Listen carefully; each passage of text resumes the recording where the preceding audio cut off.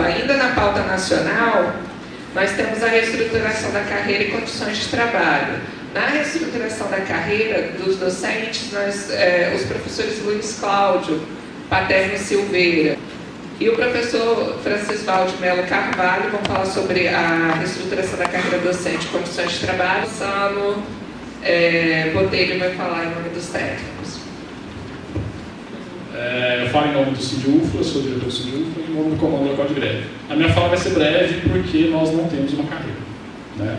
Nós técnicos temos um plano de cargo chamado PCCETAI, que é a Lei 11.091, que está fazendo agora 10 anos de aniversário, estamos celebrando, né? Esses 10 anos de PCCETAI, mas é absolutamente insuficiente que uma das maiores categorias do Serviço Público Federal não tenha uma carreira. Nós não somos a maior em termos de números, somos uma das maiores e, infelizmente, temos essa realidade. Isso, obviamente, faz parte da nossa pauta nacional, que é reestruturar o PCCETAI de forma que venha se transformar realmente num plano de carreira. Por que nós dizemos que nós não temos um plano de carreira? Vou dar um exemplo muito simples, que é o seguinte: a divisão dos cargos que nós temos no PCCETAI é baseada na formação do técnico que ingressa ao serviço público. Nós temos cargos que exigem, acho que ensino fundamental já está em extinção, né? Temos os cargos de ensino médio e os cargos de ensino superior. A divisão está em níveis, para cada um desses níveis há um piso salarial e há um teto no final da, entre aspas, carreira do técnico, aí com as progressões por tempo e por capacitação. Mas não há progressão por qualificação. Ou seja, se um técnico hoje ingressa no serviço público com ensino médio, um cargo que exige ensino médio, ele pode, depois de 30 anos, ter 5 pós-doutorados que ele vai se aposentar com o salário base de um cargo de ensino médio. Ou seja, ele não consegue ascender nessa carreira a uma posição que exige um nível de educação superior. Diferente do que acontece em várias carreiras, como os professores, diferente do que acontece em carreiras, por exemplo, do judiciário, de outros setores, nós não temos essa possibilidade. Isso é ruim por quê? Por vários motivos. Por motivos óbvios e por motivos menos óbvios. Eu vou pôr o foco nos menos óbvios. Isso é ruim porque o estímulo para que os técnicos progridam na sua vida funcional, ele não tem tanto reflexo assim, não há contrapartida. Ou seja, por mais que o técnico queira na universidade aprofundar os seus estudos, fazer um mestrado, fazer um doutorado, ele não vai ter a contrapartida na sua carreira. Então, da forma como está hoje, nós temos presenciado uma evasão de técnicos das universidades, isso no Brasil todo, não só na universidade, mas em outras universidades do Brasil isso acontece. Hoje a carreira de técnicos administrativos ela acaba sendo vista como trampolim para outras carreiras, né? Os técnicos ingressam no serviço público por falta de opção e depois tentam, a partir daquela pequena estabilidade que existe, acessar outras carreiras mais interessantes, carreiras de outros poderes ou até mesmo carreira docente. Enfim, esse é um dos problemas da nossa carreira e nós propomos e pedimos a reestruturação da carreira para que este elemento da ascensão funcional e outros elementos possam ser abarcados.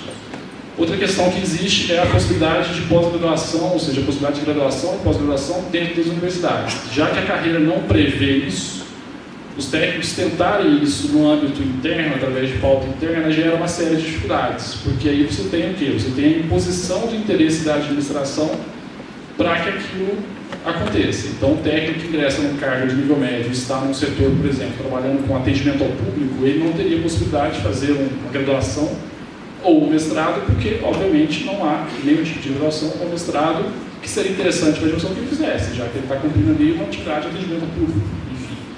Isso gera outras dificuldades. Eu acho que a fala é curta mesmo, porque discutir carreira sem ter carreira é difícil.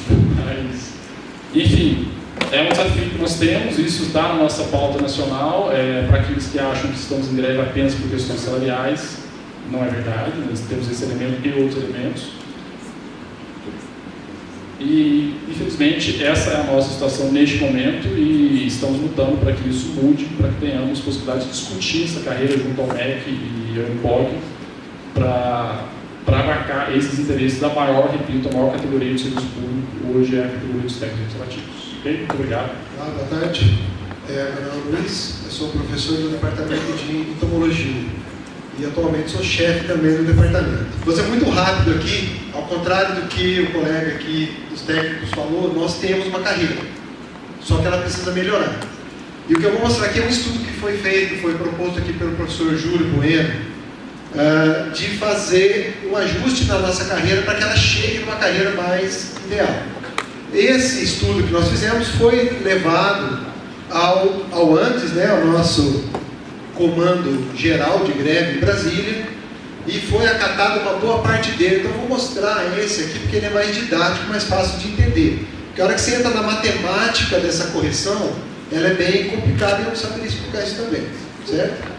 Passa para mim, por favor. Isso é hoje. Então esses são os salários, é a carreira nossa. Cada degrau daquele lá é um nívelzinho da nossa carreira. Então o cara começa lá no primeiro degrauzinho, pula um pouquinho. Está vendo que tem uns degraus maiores? É isso que a gente precisa tirar da nossa carreira. Tá? Não pode ficar esses degraus tão grandes assim. Pulos, o cara sobe um pouquinho, de repente dá um pulo gigante, sobe mais um pouquinho, dá outro pulo. A gente quer fazer isso ficar mais linear. Tá? Próximo, por favor. Se a gente pegar essa carreira nossa hoje e colocar um reajuste de 19,7%, de onde vem esse número mágico? O ANDES, inicialmente, o que o ANDES pediu para o governo foi 27% de aumento. O governo, junto isso não era só para o professor, para todo o servidor público federal, 27%. Um aumento linear para todo mundo. O governo veio com uma proposta de 21,9%, dividida em 4 anos, a mesma dos técnicos. Todo mundo falou não para essa proposta. É uma proposta indecorosa, ridícula. Você assinar um acordo de 4 anos, que vai te prender por 4 anos, e esse acordo não vai repor a inflação no final desses 4 anos. Então seria suicídio. Tá? O nosso sindicato nacional, então, voltou ao governo com uma proposta, essa aí, ó. Então, é 19,7% de uma vez só, para 2016. Quanto tempo faz que nós fizemos essa proposta do governo? Nem sei, alguns meses. Ainda não tem a resposta oficial do governo para isso ainda. Ele está nos enrolando, como está enrolando os técnicos, como está enrolando todo mundo. Certo? Então nós estamos esperando. Então coloquei aí para ver como ficaria hoje com 19%. Mas veja que os degraus vão ficar maiores, né?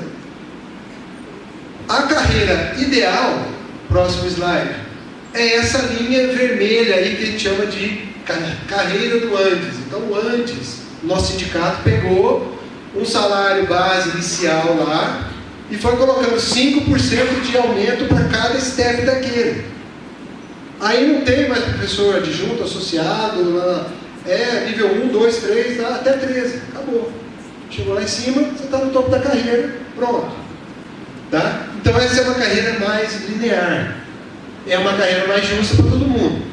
É essa carreira que a gente quer chegar. A gente tem uma carreira, mas ela está distorcida, porque o pessoal foi dando aumentos, aí dava um pouco mais de aumento num nível, no outro não, foi ficando essa bagunça. A maneira de arrumar essa bagunça é essa proposta, então, que o professor Júlio fez, foi trabalhada no comando local aqui, e o próximo slide mostra, por favor, próximo. Esse é o GIF animado que o professor Monserrat fez. Ó. O que a proposta do professor Júlio vai fazer, a nossa proposta iria fazer isso. Ela ia pegar o que é aquela linha azul, que é o que o governo mais ou menos está oferecendo, e ia ano a ano mesclando quanto que o governo deu, quanto que a gente quer. Pega 90% do que o governo quer, 10% nosso. Dá uma ajustadinha. No outro ano, passa para 80-20, 70-30, assim vai. Você pode fazer um planejamento de reorganização da nossa carreira ao longo do tempo. Não precisa ser feito em 1 ano, 2. Pode ser mais longo. É isso que a gente queria que o governo entendesse. Que qualquer aumento que ele dê, a gente possa então ir fazendo esse ajuste para chegar um dia que a nossa carreira vai estar do jeito que aquela linha vermelha está. Ok? E isso que é a ideia de brigar pela nossa carreira. Uma parte disso a gente já conseguiu apesar que isso agora tem que ir, né, para os grupos que vão definir cada setor. Então o docente vai ter um grupo GT dos docentes que vai lá discutir sobre se o governo der 5%, der 10%, como que a gente vai aplicar esses 10%? A gente vai aplicar dessa maneira, proporcionalmente diminuindo os degraus, ou seja, vai ter gente que vai ter um aumento maior do que outros, não vai ser linear. Ok? Essa é a ideia. Então, sobre a nossa carreira, era isso que eu queria dizer. Uma outra coisa que pediram para eu falar aqui é a questão de um pouco de precarização de condições de trabalho. Então, eu falei aqui que eu sou chefe de departamento. Estou como chefe de departamento nesse momento. Então, um outro ponto que faz a gente pensar e refletir é essa questão que alguém já falou aqui, que a universidade cresceu, teve o reúne, investimento, triplicou o número de alunos e nós não triplicamos o número de professores. Então, hoje você tem sobrecargas de trabalho. E o que eu faço como chefe de departamento é emprestar uma parte do meu tempo para assuntos administrativos do departamento. Isso são coisas que a gente precisa mexer, isso é uma pauta interna de reivindicação nossa, tá? Junto à reitoria, mas ela é fruto de distorções ao longo do tempo, essa imagem que a universidade cresceu, então beleza, mas nós temos problemas.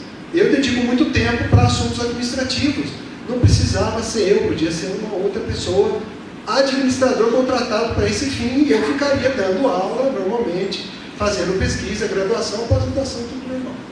Tá? Então esse é a minha vivência, que eu chamo de precarização, é isso. Tá? A gente se dedica mais do que deveria para coisas que outra pessoa podia fazer até com mais competência do que eu. Ok?